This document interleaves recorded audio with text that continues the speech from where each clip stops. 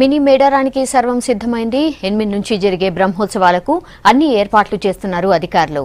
ఈసారి జాతరకు 2 లక్షలకు పైగా భక్తులు హాజరవుతారని అధికారులు అంచనా వేస్తున్నారు. మరో 2 రోజుల్లో జాతర ప్రారంభం కానుండగా ఇప్పటి నుంచే గద్దెలను దర్శించుకునేందుకు వస్తున్నారు భక్తులు.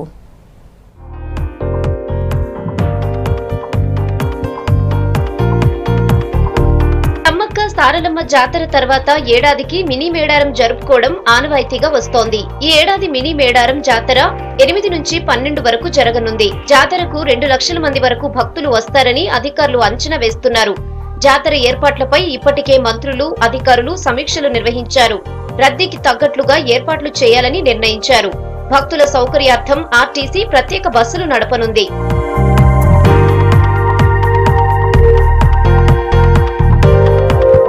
రద్దీ తక్కువగా ఉండటంతో జాతర ముందు నుంచే దర్శనానికి వస్తున్నారు భక్తులు. అమ్మవార్లను దర్శించటం వల్ల తమకు మంచి జరుగుతుందని చెప్తున్నారు భక్తులు. కానీ ఇలా లైవ్ గా విహారయాత్రకు తీసుకొచ్చి చూపెట్టడం వల్ల పిల్లలకి ఇంకా బాగా దాని గురించి అర్థమవుతుందని ఆశించి మేము వచ్చామండి. కానీ ఇక్కడికి వచ్చిన తర్వాత చాలా బాగా అనిపించింది. అమ్మవారి ఆశీస్సులు మా 10th పిల్లల మీద ఉండాలని కోరుకుంటూ మా 100% రిజల్ట్ రావాలని అమ్మవారిని. మేడారంలో భక్తులు తల్లుల దర్శనానికి వెళ్లే ముందు జంపన్నవాగులో పుణ్యస్నానాలు చేయటం ఆనవాయితీ. కానీ జాతరకు 2 రోజులే గడువున్నా ఇప్పటికీ లక్నవరం నుంచి జంపన్నవాగులోకి నీటిని విడుదల చేయలేదు. జంపన్నవాగులో బోర్లు వేసి షవర్లు ఏర్పాటు చేశామని చెప్తున్నా అవి సరిపోయే పరిస్థితి లేదు. ముఖ్యంగా తాగునీరు, టాయిలెట్ సౌకర్యాలను కల్పించాలని కోరుతున్నారు భక్తులు. వ్యర్థాలను తొలగించేందుకు పారిశుద్ధ్య కార్మికులను నియమించాలంటున్నారు. హైదరాబాద్ నుంచి వచ్చామండి. ప్రతి సంవత్సరం వస్తాము సమ్మక్క సారక్కను దర్శించుకోవడానికి.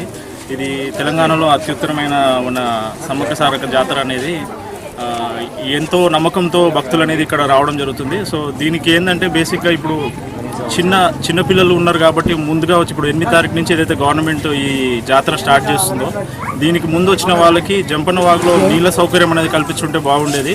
దీంతో పాటు మినిమం వసతులు ఇక్కడ కల్పించాలని గవర్నమెంట్కి విన్నపిస్తుంది. జాతరకొచ్చే భక్తులకు ఎలాంటి ఇబ్బందులు రాకుండా చర్యలు తీసుకుంటున్నామని చెప్తున్నారు అధికారులు. సుమారుగా ఈ జాతరకు 1,00,000 నుంచి 2 లక్షల వరకు జనాలు భక్తులు వస్తారని అంచనా వేశాం. ఈసారి జాతర గురించి క్యూ లైన్లు, వాటర్ సప్లై, నీళ్ళు తప్పడం, జంపన్నవాగులో ఒక బోరేసి షవర్ పెట్టాం. బట్టలు మార్చుకోవడానికి లేడీస్కు అవి కట్టించేస్తున్నాం. ఈ భక్తులకు ఎలాంటి ఇబ్బంది కాకుండా ఏర్పాట్లు చేస్తాం. జాతరకు 2 రోజులే సమయం ఉన్నందున ఏర్పాట్లపై దృష్టి పెట్టాలని కోరుతున్నారు భక్తులు.